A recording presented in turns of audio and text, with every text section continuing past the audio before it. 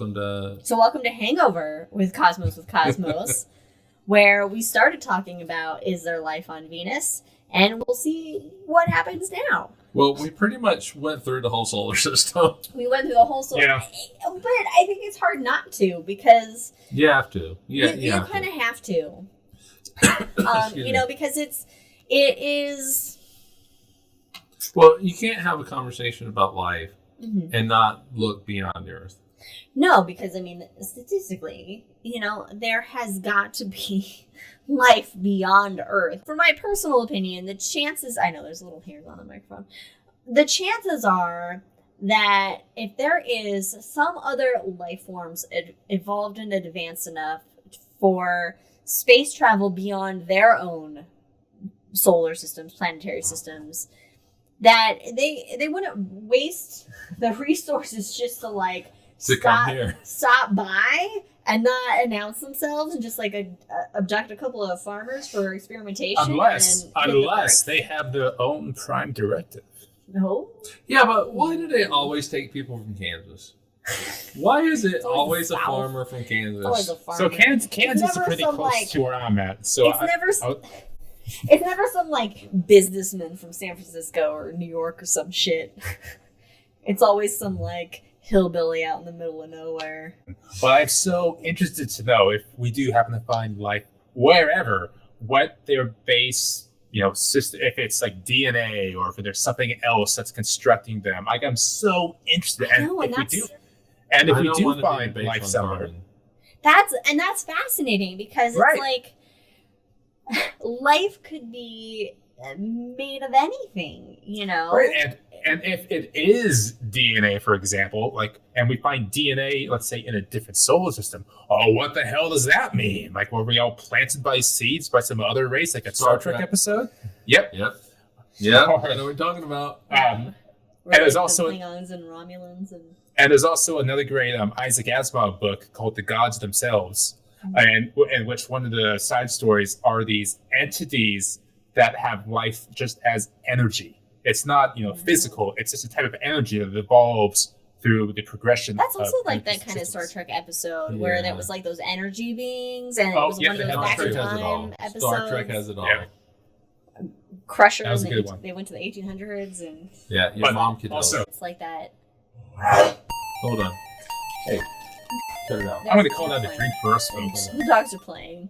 I'm going to call that a burp. Because we haven't had that's a one drink. yet. That's a drink. We'll drink to that. We are podcasting. You're telling Leia. Yeah, Leia, we're podcasting right now, puppy. We You need say that hi. drink soon. Say hi, Leia. Say hi. Yes, I want another drink, but yeah, I just really think that, or I should say, I really hope that discovering life elsewhere in the universe that is not on the Earth alone will open up. Let me finish. I know you want to talk. Let me finish. I'm pausing. I'm letting you. Will open the eyes to a lot of people. It's not going to open the eyes to everybody, but it'll open the eyes to a lot of people. So before Liz gets in, let me talk for a while. Just kidding. No, oh God, no. It is too easy to explain it away and incorporate it into current religions, because they've been able to do that currently, and they've been able to adapt with new science and new discoveries. But I think that it will be I think it will be a huge. Jack says they originated mansplaining on Twitch. Yeah. His society explaining. I think that it would be huge. I think that it would be a fundamental game changer for a lot in our perception of life, and our perception of the universe, and our perception of religion. For me, though, my perception of religion is a little bit more, it is too deep into our psychology at this point, where it is more about not necessarily a belief in God per se, but more as a psychological need of finding an explanation, not being able to accept not understanding something, and It is a need for a sense of acceptance of our own mortality and the mortality of those we love, and also a scapegoat. That is where people need religion today. Not necessarily as we need it to explain, we need it for the crops, or we need it for fertility, or we need it for, it is now more of a psychological need because of our fear of death as a species. And to kind of, to continue to get some words in as well, to agree complete with your mom. So religion is the morality center for so many people. So the loss of religion would then mean the loss of morals, the loss of goodness in the world. And that's the design of religion. And Mike's saying no. The design. I'm gonna. You can talk in a second. Mike has opinion. The design of religion at the top for those in charge, for those who have written the Bible and stuff, it is a means of societal control, which is creating those moral norms and those things to live by. Mike is going to burst at the seams. Go for it. Do it! Unleash it! I do not need religion to tell me that I do not, that I should not murder somebody. I do not need religion to tell me that I should not rape somebody. To say that religion is the source of morality or ethics in the world today, they can go fuck themselves. No. Yeah, no. It's an excuse. It's a morality and ethics is not born out of a goddamn religion. But those people would argue vehemently with you at the same time.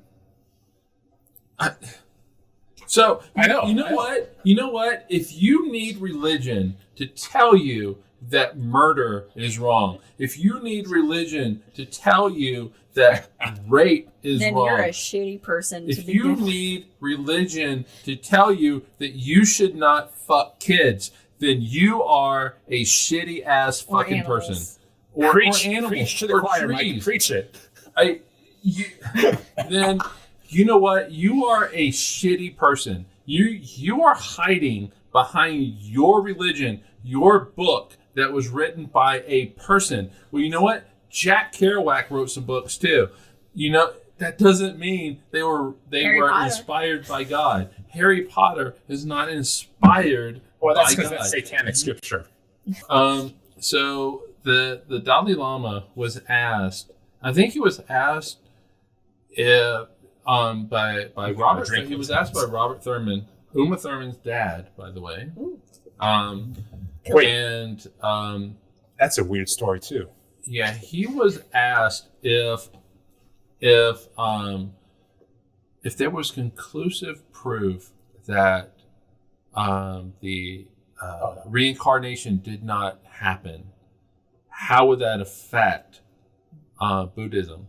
And the Dalai Lama, without skipping a beat, said, we would change our thoughts. Oh.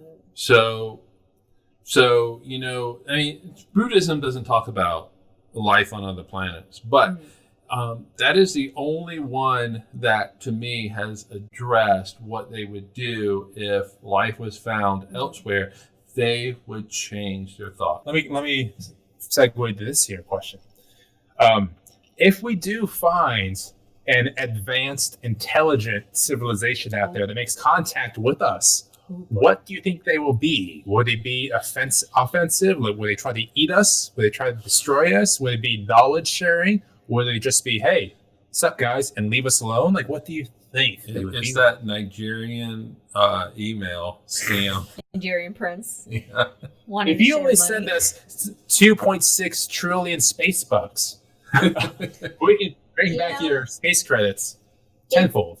I would say it's impossible to say because, with questions like that, we can only impart our own perspective based on our so that's own. What I'm asking for.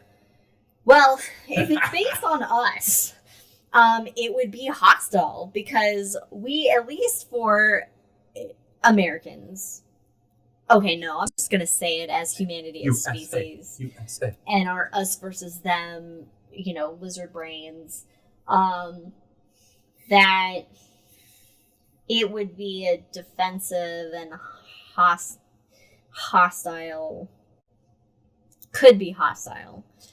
I mean, it would definitely be, as far as our response to such a thing, I think it would be on guard and hostile in a sense. Okay, I will stop there. Oh, no, you're good. My question was, if they're coming here for like our water, why not go to Europa where they have more of it and more bountiful? It's easier to get. No, that was not your original question.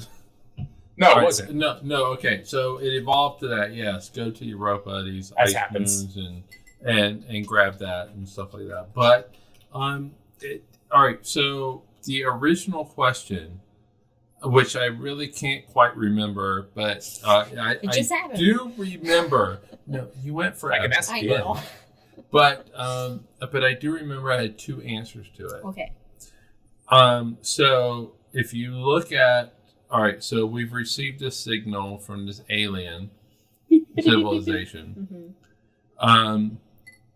Let's say that we can figure out how far away that signal is coming from, which we should be able to do with technology.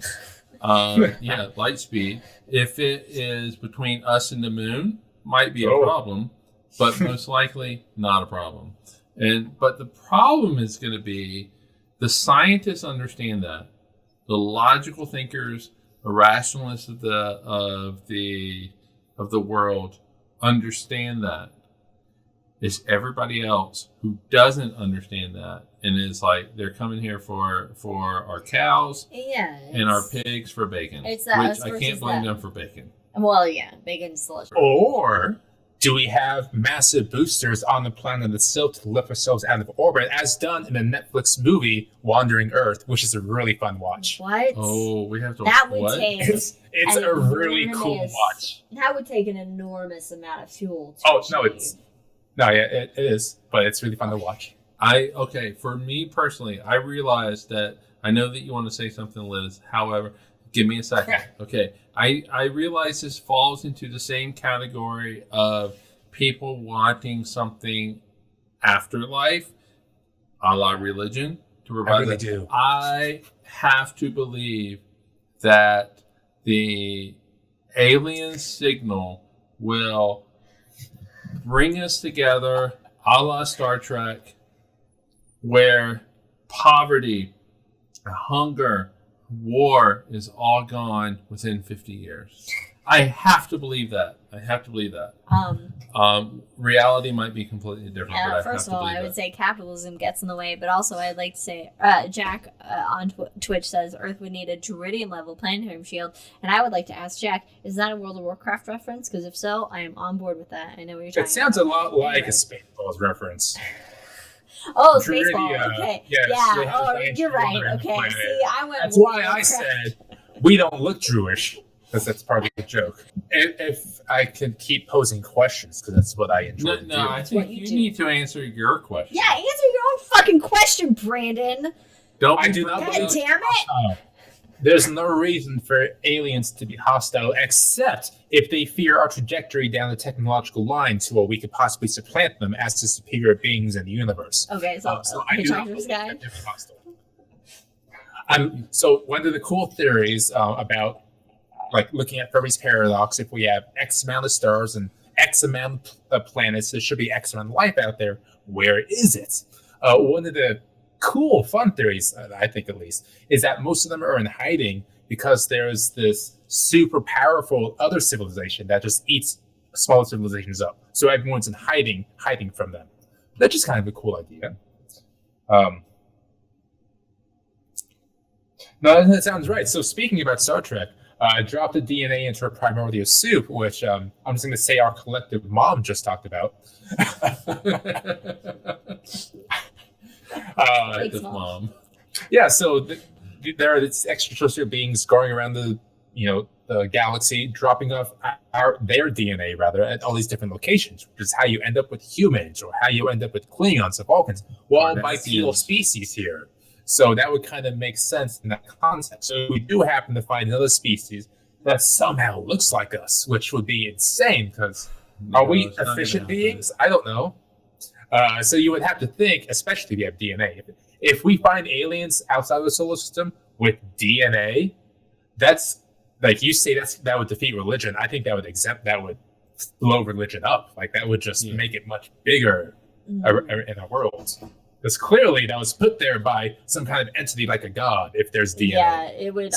I think they could easily spin it. We can come together as a species of humanity. I have to hope. I'm gonna dash your dreams.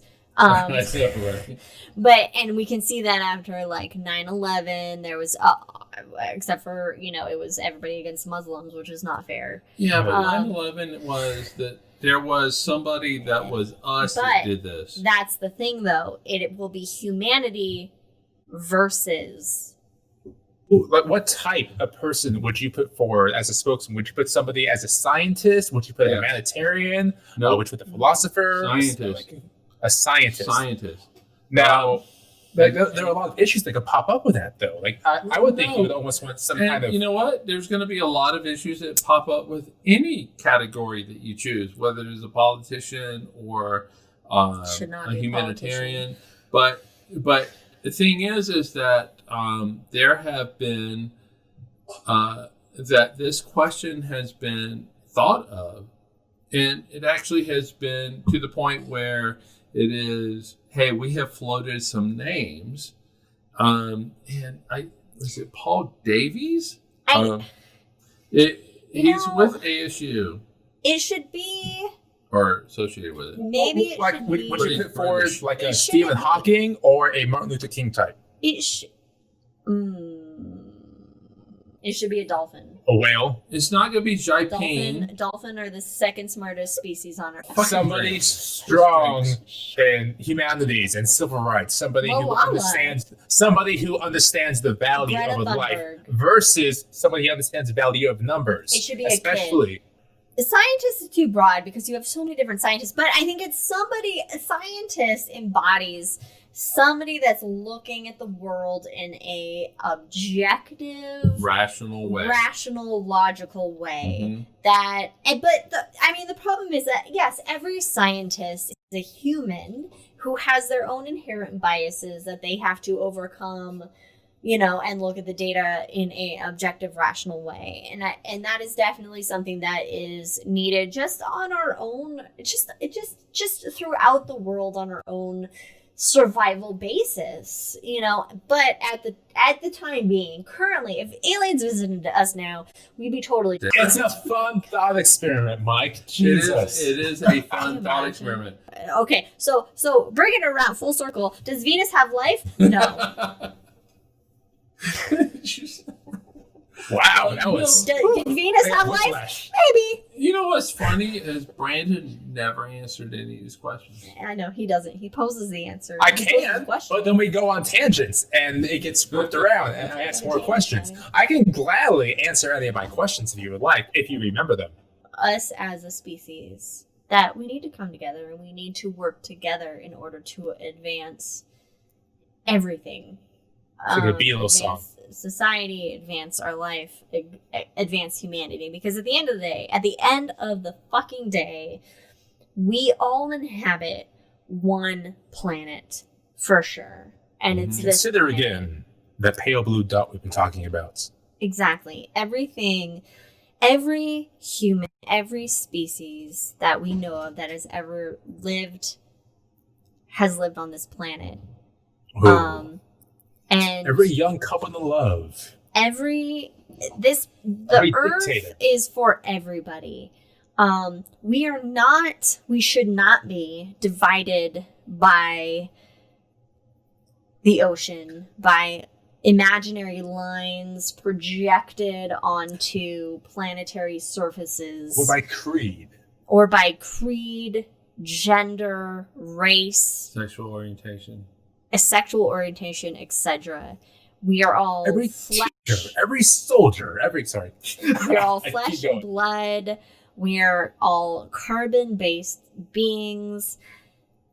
That this planet is for everybody. Everybody matters. No life is illegal. every life matters, whether it's human or not human on this planet. And that is the big hurdle of humanity, is to overcome those imaginary differences. Yeah, seeing beyond ourselves. That we've made up. We are here for each other. We are here for all life on this planet. It should all be one. The earth is for everybody, and the universe then therefore is for all life, and we need to be one and support each other and work together so that everybody has liberty, life, and happiness, because that's what life should be about. And on that note, cheers. Cheers, everybody. What do we have left? All right. On that note, whether you are a human listening to us, or a dog, or a cat, yes. And I say that Jack's cat. We're interested. Are very interested in our podcast. Stay safe. Cheers. Stay healthy. Live long and prosper. We'll see you in 2 weeks. Bye, guys. Thanks for joining us. Bye.